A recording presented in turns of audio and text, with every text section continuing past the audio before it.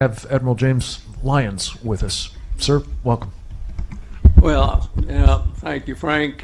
Sorry I missed the earlier presentations due to my 3-hour and 20-minute commute this morning. But, as a number of you heard me say before, we've had many opportunities to change the course of history. And it hasn't mattered whether it's been a Republican or Democratic administration. We failed every one of them, starting with Carter, with the takeover of our embassy. We could have cut off Khomeini and his Islamic fundamentalism at the knees. We were going to take Carg Island, and he rejected it. We could have walked in. The next time was the Marine barracks bombing. And you all probably wonder why we never responded. I won't go into the long detail, but the guy that sabotaged the strike, and I'm glad you're all sitting down, was the Secretary of Defense. Not once, but twice. Reagan approved, the French wanted to do a combined strike, and Reagan approved it, and Weinberger wouldn't issue the order. I have personally talked to George Shultz and Bud McFarlane.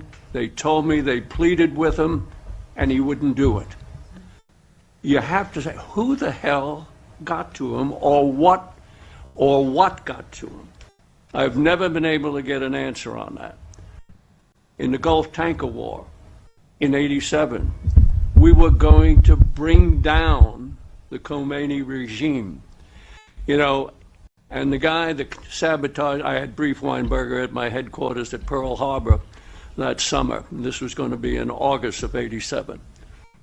And the one who undercut us the most was our own chairman of the Joint Chiefs of Staff, Crow, at the time. If you go forward and you look at, we shot down by accident that Iranian civilian airliner a few months later.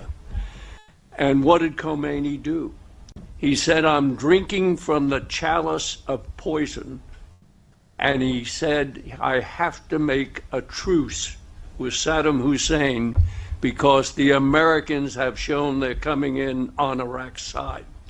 Well, think of what the hell we could have done had we executed the strike we wanted to do in August of '87. We all say we have to identify the threat. Well, I think the one who identified it the best was Erdogan from Turkey, when he said, Islam is Islam. There are no modifiers. Democracy is the train we ride to our ultimate objective. He couldn't have said it any plainer. And until you recognize that Islam is a political movement masquerading as a religion, you're never going to come to grips with it.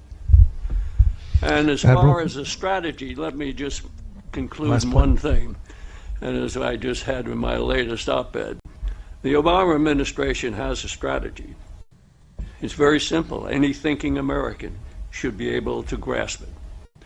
It's anti-American, anti-Western, it's pro-Islamic, it's pro-Iranian, and pro-Muslim Brotherhood. And with that, I'll yield the mic. Thank you, sir.